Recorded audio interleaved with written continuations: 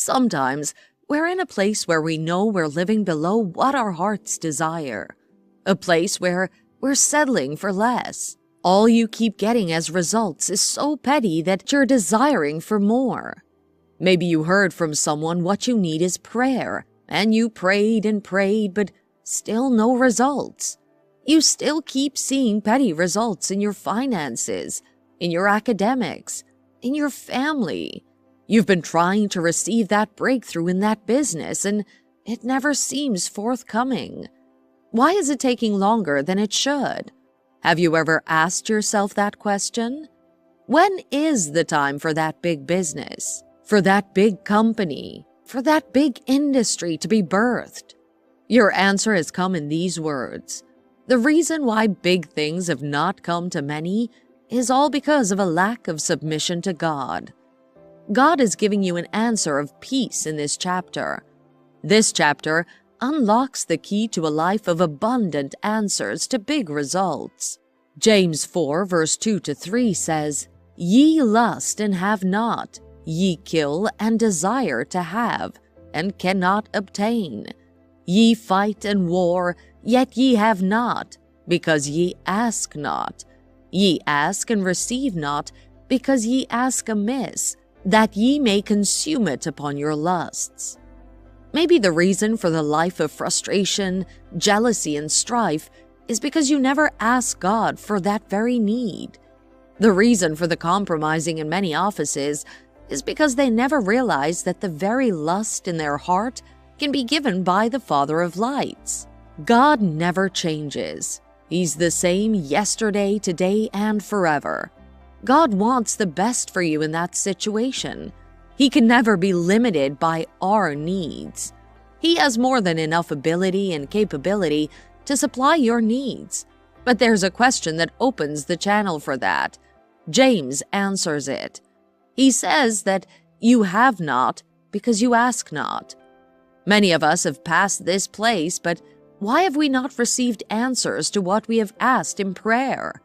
He further says that the reason why you have not received that answered prayer to that big fortune is that many have asked amiss because they want to consume it on their lust.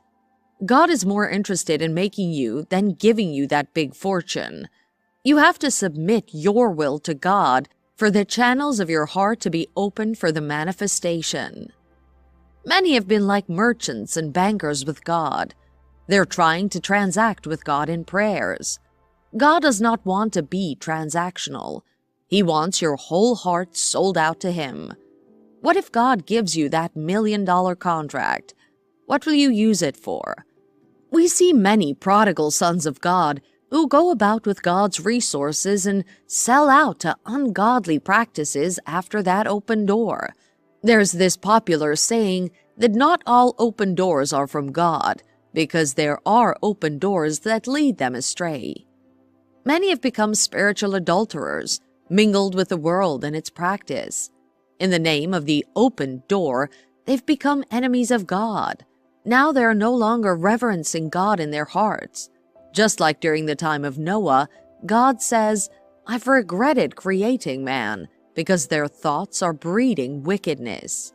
Many are seeking to fulfill their self-desires. Selfish ambition is the very hindrance of unanswered prayers. Our prayers are filled with God, give me, and never concerned about God's need. When our heart is double-minded and unstable, we become like waves, tossed to and fro by the fiery wind. God says to us, "Submit yourselves therefore to God. Resist the devil, and he will flee from you." Miracle is not just acts of God. They are acts of God that are given to those who are yielded to God. Is your desire fighting with God's own desire in your life? You're praying for that big mansion because you want to show your neighbors around that you're rich. But God desires that you should be a blessing. You're asking for that huge job opportunity, but God is speaking to you to let go of that bitterness and malice that's been conceived in your heart for many years toward that person. You're asking, "God, how does this connect to my miracle?" God says, "Let it go." There was a sick king who sent his servant during the time of the prophet Elijah that his servant should inquire, "Will he live or die?" Elisha stared at him and began crying, and this servant asked him, "Man of God, why are you crying?"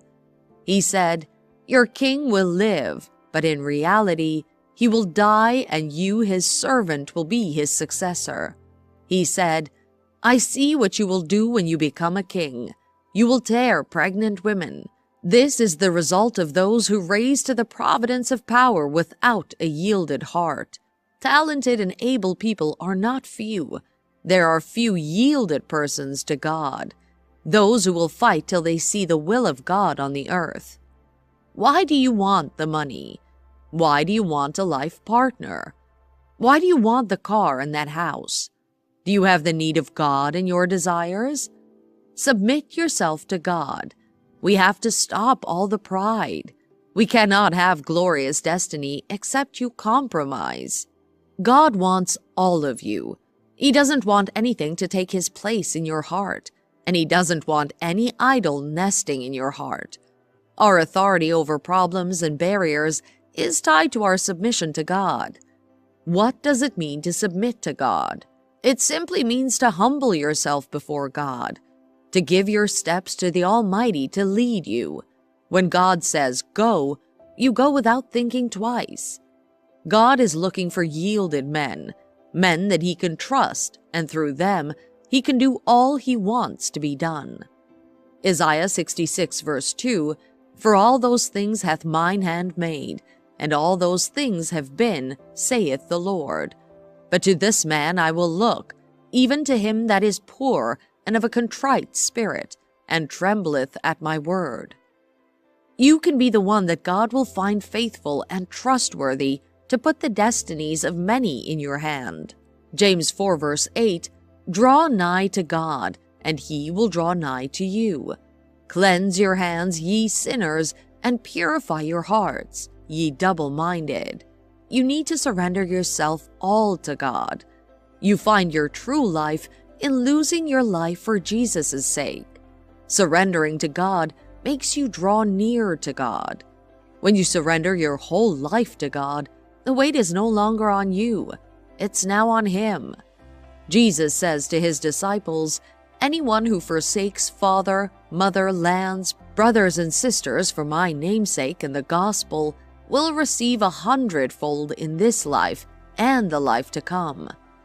Big things come to those who surrender to God. To surrender to God means to die to self. Those who live for pleasure are dead while living. Life is more than the mundane things you get. You were created to yield to God, to let God take the front seat in your life. Life is like a paradox.